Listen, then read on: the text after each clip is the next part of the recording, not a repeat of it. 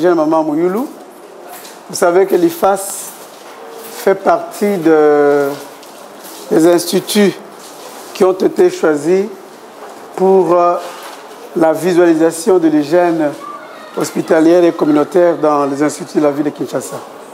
Et aujourd'hui, ils sont venus constater, depuis qu'on a commencé avec eux, formation et tout, où est-ce que nous en sommes et qu'est-ce qu'on a déjà réalisé.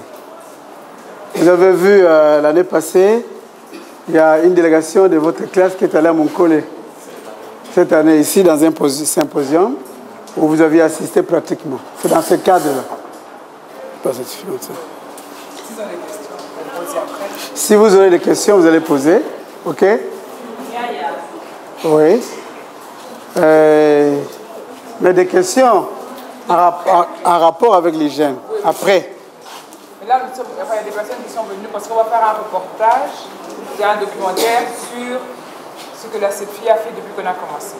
Donc nous avons été dans les autres écoles avec lesquelles nous travaillons et nous intervenons avec eux. Alors on va poser des questions à votre secrétaire général. Le projet, c'est la CEPFI.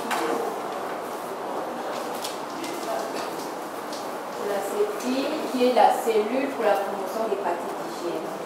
Vous voyez un peu. On s'occupe de l'amélioration des bonnes pratiques d'hygiène de la communauté de Kinshasa et aussi au Bas-Congo. Donc nous travaillons avec les hôpitaux, mais aussi avec les écoles infirmières de Kinshasa et du Bas-Congo. Donc demain, il y a encore un autre symposium qui aura lieu, ce que l'État sera encore représenté. Donc nous parlons seulement sur l'amélioration des bonnes pratiques d'hygiène. Donc nous allons un peu faire une petite interview avec votre professeur. Nous vous demandons un peu si vous pouvez être un peu calme en temps de lieu.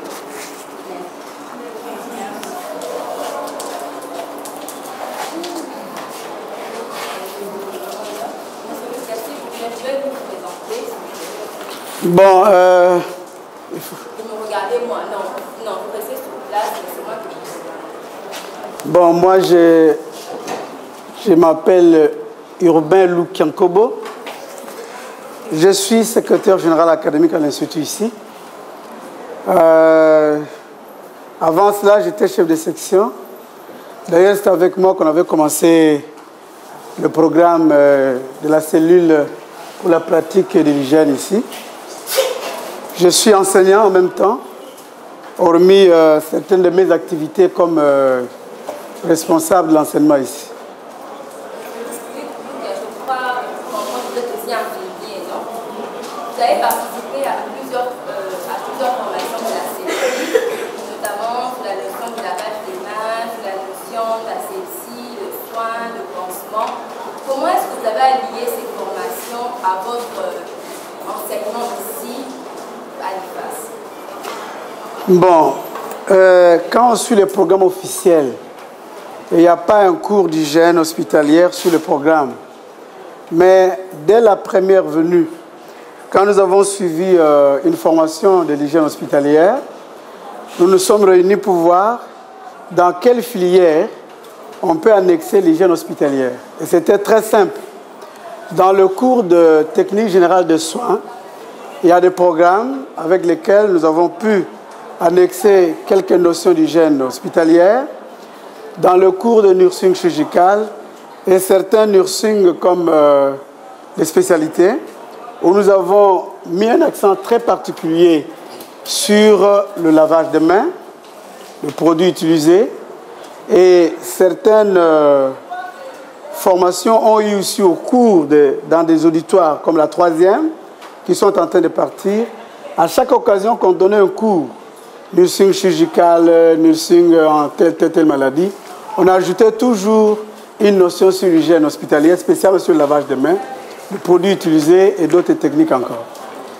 En tant que formateur, et après les formations de la CEPFI, vous avez pu voir l'importance qu'a l'hygiène pour les infirmiers. Quelle suggestion pouvez-vous faire au ministère de tutelle par rapport à cet aspect de l'hygiène? Ok, mais je pense que notre cellule pour la pratique de l'hygiène ne peut pas s'arrêter tout simplement à nous autres ici, mais il faut que le ministère aussi s'imprègne afin que l'hygiène hospitalière soit enseignée aussi en pratique dans certains hôpitaux, pas seulement à Kinshasa, mais dans toutes les provinces aussi. Et un accent particulier sur ceux qui vont terminer et qui vont travailler dans les hôpitaux pour que cette pratique d'hygiène soit suffisamment connue dans les milieux hospitaliers. Est-ce que vous avez un dernier mot à adresser à la CFE? Pardon? Un dernier mot à adresser à la CFE?